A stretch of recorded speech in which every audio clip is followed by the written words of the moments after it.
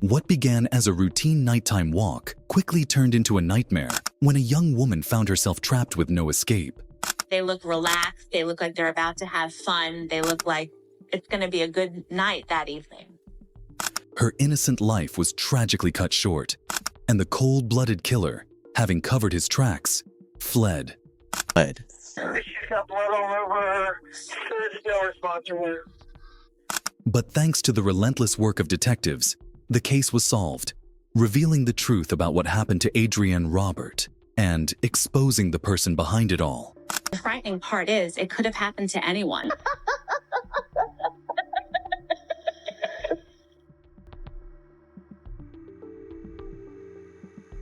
Adrianne Robert and her boyfriend were getting ready to move into their first home together. From the moment Justin Pounders met her, he felt drawn to her like a magnet. The more he got to know Adrianne, the more he saw her warmth and vibrant spirit. She felt the same spark, and they quickly became inseparable ever since. She's very beautiful, so she caught my eye really quick. Full life, just a happy person, someone you love to be around. Just look above my... At the time, Justin was sharing an apartment with a friend, but with their lease ending, the couple saw it as the perfect moment to find a place of their own and begin building a life together. Before moving out, Adrianne had been sharing a townhouse with her friend Jay, so she decided to throw a sort of farewell party. They had no specific plans, just an evening to unwind and have some fun. But unfortunately, a third person joined their night. Later that night, Jay returned home alone, entirely unprepared for the shocking scene that awaited him. 911, is this a police, fire, or medical emergency? Medical. Tell me what happened. I just came home. My roommate, we went out together. She came home a while ago, and she's not moving. Okay, so she's unresponsive? Completely. Okay, what do you mean by that? I mean, she's got blood all over her. There's no response from her. Like, her eyes are open and they're dilated. Is she breathing? No, there's nothing. You can't see her breathing at all? No, and there's nothing. Listen carefully. I need you to place the heel of your hand on the breastbone in the center of her chest. Okay? Put your other hand on top of that hand. Now listen carefully. You're going to pump the chest hard and fast at least twice per second. We're going to do this 600 times until help to take over. Okay. All right, I'm going to count with you. 1, 2, 3, 4. 1, 2, 3, 4. 1, 2, 3, 4. Count out loud. 2, 3, 1, 2, 3, 4. I'm not scamming this. Keep going, okay? The paramedics are coming in fast and loose. Unfortunately, it was too late. By the time help arrived, the paramedics could only confirm the young woman's death. She was discovered in the bathroom with a stab wound to her chest. The first thing I saw when I walked in was that there were no signs of forced entry. There was a 2-floor condominium, and the murder scene was right in the bathroom. There were no signs of forced entry, but a broken toilet seat and blood splattered on the walls suggested a violent struggle, quickly dismissing the theory of suicide. The fact that the victim was partially undressed led detectives to believe there may have been a sexual motive behind the attack.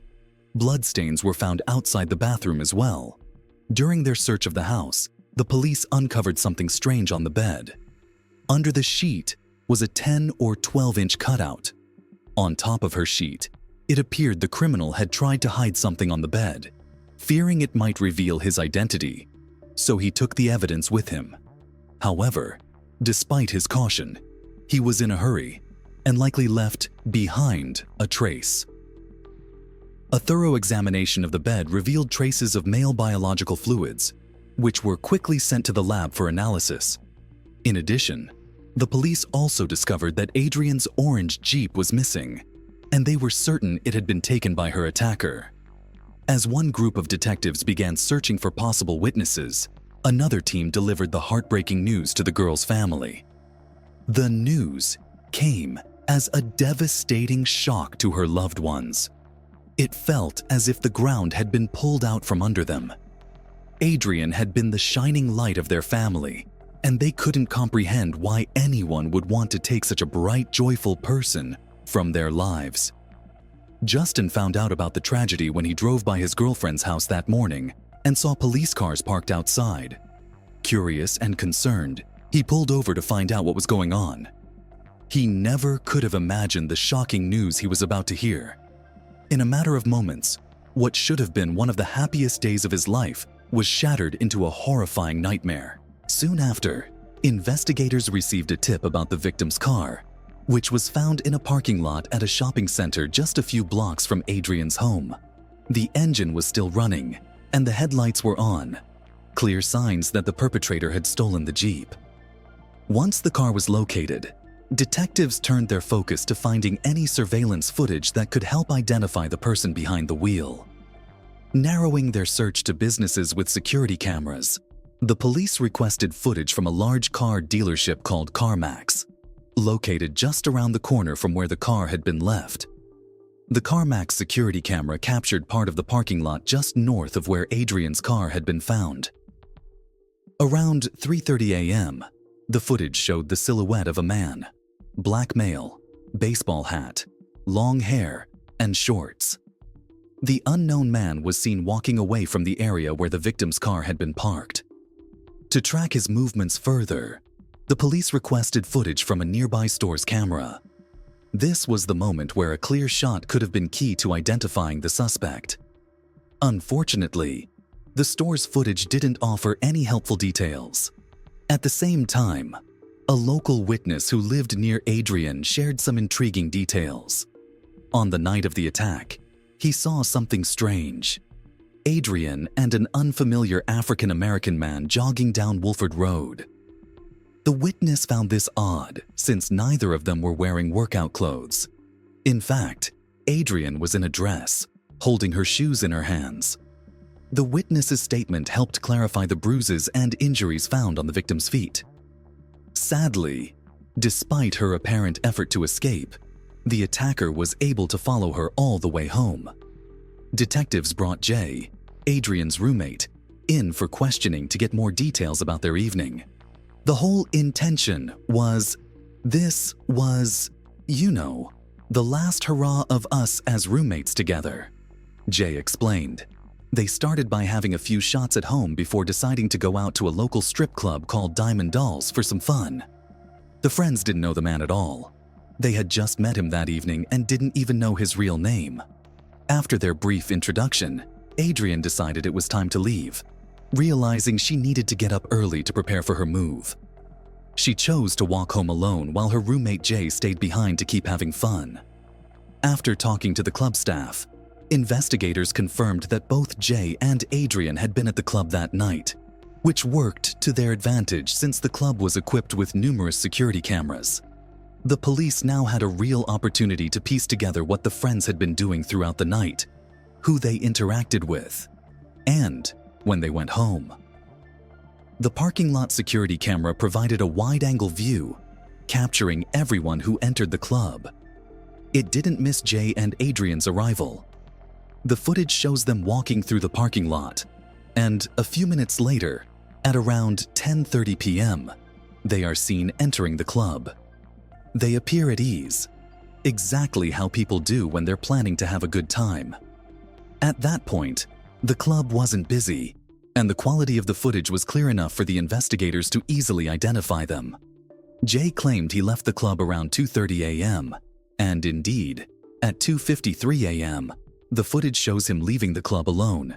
He walks calmly across the parking lot, steps onto the sidewalk, and heads home. This validated his account and cleared him of suspicion. The investigators then turned to the same footage to track Adrianne's departure and see if she was alone. At 1:38 a.m., the camera captured her leaving the club by herself. But only moments later, another man followed her out. The man in the footage matched the description Jay had given. The cap worn by their new acquaintance was a key detail that ultimately identified him. The footage shows the African-American man running after Adrianne to return a jacket she had forgotten at the club. She stopped, exchanged a few words with him, and then they both walked towards her home. It's reasonable to assume that the man might have offered to walk her home, and she probably couldn't turn him down even if she wanted to. After reviewing this, the police turned their attention back to the CarMax video footage. Comparing the footage from the dealership's parking lot with that of the strip club confirmed they were looking at two completely different people. Detectives came to believe that the true culprit had left Adrianne's stolen car in the dealership lot, then headed off in the opposite direction, steering clear of the security cameras. We went to pick up Adrianne's things, which was very difficult to do. To walk in there and see all her personal items, she had everything all ready to go. She knew that they were going to have their first night at the condo together. I mean, she even had a pretty little thing that she was going to wear for him. Coming to terms with the heartbreaking loss of their daughter, Adrianne's parents arrived to gather her belongings. The task was especially painful, knowing she had been eagerly preparing for a new chapter with her partner in their new home. Following a detailed forensic analysis, Adrianne's car was also returned to them. In the meantime, the forensic lab had completed its analysis of the sheets and mattress from the victim's bedroom. The results showed that the perpetrator's DNA was found all over, including on the victim's body. However, a search through the database didn't yield any matches. With this in mind, the police decided to reconstruct the suspect's movements that night. Detectives revisited the footage from the Diamond Dolls Club, but it didn't provide any useful leads. They considered the possibility that if the camera hadn't captured him at night, he might have been there much earlier. Finally, at 5:42 p.m., the same African-American man appeared on screen, and this time, the police were able to capture a clear image of his face. The next step was to figure out how the suspect had gotten to the club. He used an uncommon mode of transportation for this area. He took a taxi. To see somebody come up in a taxi was unusual in a town like this, where everybody has their own car. Taxis aren't used as frequently as they are in New York. In a town where almost everyone has their own car, taxis aren't often needed, which actually worked in the police's favor. They realized that from this point on, identifying him would just be a matter of time. The authorities quickly obtained the passenger's phone number from the taxi service, which turned out to be registered to Thomas Frederick. A comparison of his driver's license photo with the surveillance footage from the club confirmed it was the same man. Since there was no DNA match in the police database and no solid evidence linking him to the crime, the authorities put Thomas Frederick under round-the-clock surveillance in an attempt to collect a saliva sample. The detectives had to be very careful to avoid tipping him off, as they couldn't risk him fleeing once he sensed something was wrong. Patience was key as they waited for the right opportunity. Eventually, their persistence paid off when they managed to recover a cigarette butt that Frederick had tossed on the ground. The long-awaited moment had finally come. The evidence was quickly sent to the lab to compare the DNA with the samples found at Adrianne's house. At that point, everyone had one fear. The criminal could flee the state at any moment, escaping justice before the police could secure an arrest warrant. Fortunately, the lab results came back much sooner than expected. For the first 40 minutes of the interrogation, Frederick remained calm, discussing his contacts, friends, and trips to various clubs. However, when the police showed him a picture of Adrianne Roberts, his behavior changed. Eventually, the detectives grew tired of the constant back and forth and directly confronted him with the accusation of cold-blooded murder. This was the turning point. Realizing he had no other choice, the suspect attempted to present the events in a way that would work to his advantage. She threw up. Yes, we did have sex. And after that, that's when all hell broke loose. So basically, we got into an argument. She had a knife on her in the bathroom, and she swung. Once she swung, I got defensive. Right then and there, the knife did plunge into her, but at the same time, I was hysterical. I didn't know what was going on.